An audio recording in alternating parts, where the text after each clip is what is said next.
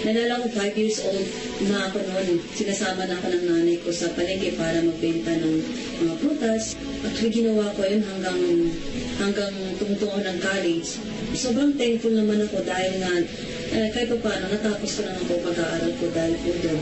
Nung nagtatrabaho na ako, nakaka-discourage kasi yung ine-expect ko na makapagpigay ako ng sapat na lagak nanay, hindi ko nagawa yun. Kasi sobrang late ng sinasahod ko that time. Nag-decide ako nang umuwi sa amin at mag-apply na lang ako na papuntang abroad, sabi ko. Kaya nag-apply ako papuntang Hong Kong. Nung nasa abroad na ako, excited kasi makakatulong talaga ako sa family ko. Makapagbigay na ako ng sapat na alaga sa nanay tatay ko. And then pangalawa yung sobrang malungkot kasi malayo ako sa family.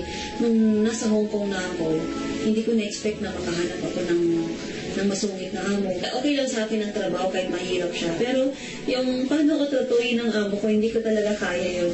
Sabi kong ganun, uwi na lang ako, maghanap na lang ako ng trabaho.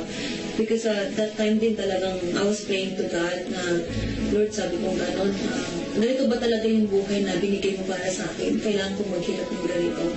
And hanggang isang araw may nag-offer sa akin na mag-aral ako ng caregiver. And then after a few months, natapos ko po yung course ng caregiver.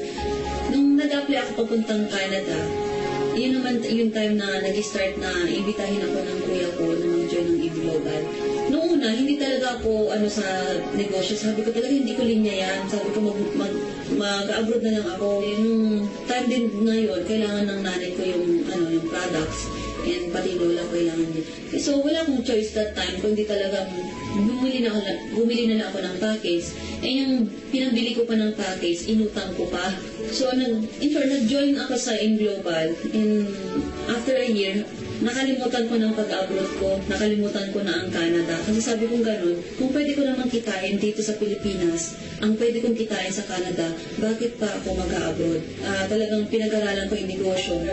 Ang my second year, doon ko po na-earn yung first million ko. And then my second year also, nabili ko po yung first car ko. Dati, naglalakad lang ako. Ngayon, nagdadrive na ako ng sarili kong kotse, di ba? So, tinuloy-tuloy ko lang po na, and then that time, sabi ko gano'n, gusto ko na rin mag-asawa. Nung nag-start kasi ako sa In-Global, natutunan ko talagang mag-set ng goals.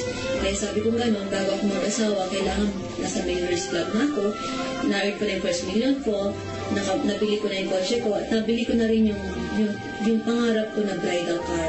Nakakatawa kasi nagapat ko po lahat yun. And sobrang thankful ako kasi hindi lang sobra-sobra yung blessing kasi nakapag-asawa rin ako ng napakabait at napaka-supportive. And yun ang one of the best gift na na-receive ko kay Lord. Nakakatawa so nag-decide kami mag-asawa na gawin ng In-Global together dito sa Pilipinas. Nung pabalik ako ng Pilipinas, nung nagtrabaho ako sa Hong Kong, sabi ko gano'n, babalik ako ng Hong Kong hindi para magtrabaho, kundi mag-travel na lang. At yun po, nakakatawa kasi dito po sa In-Global, nakamit ko po yun. Ilang beses na po akong pabalik-balik po sa Hong Kong. Hindi lang po sa Hong Kong, kundi travel na rin po kami sa Singapore, sa Malaysia, sa Indonesia. At hindi lang po yun, kundi naikot ko na rin po ang buong Pilipinas. Sobrang thankful ako kasi isa sa pinakapangarap ko rin po na mabiling sasakyan po.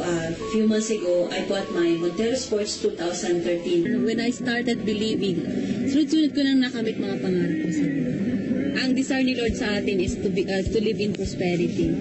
So I'm living in prosperity. Pero syempre, bago mo matamasa yung mga kailangan matamasa sa buhay, kailangan pinagtatrabawan natin yan. When you want God to move in your life, you need to move in faith. When you move in faith, everything is possible. Lahat ng gusto mo na mangyari sa buhay mo makakamit. Guaranteed yan, 100%. At hindi lang po yun, nakabili po ako ng bahay ko sa Camellia a month ago. Isa sa pinakagustong-gusto ko po rito yung buong family po kami na ginagawa po itong negosyong ito. Nakakatuwa kasi 5 po kayo magkakapatid na may kanya-kanya na rin pong sasakyan. Napatunayan ko na hindi lang po pala pag-abroad ang kasagutan para makamit natin ang mga pangarap natin sa buhay, kundi meron din po palang mga oportunidad sa Pilipinas na kagaya ng In-Global na pwede nating makamit ang mga pangarap natin sa buhay kasama ang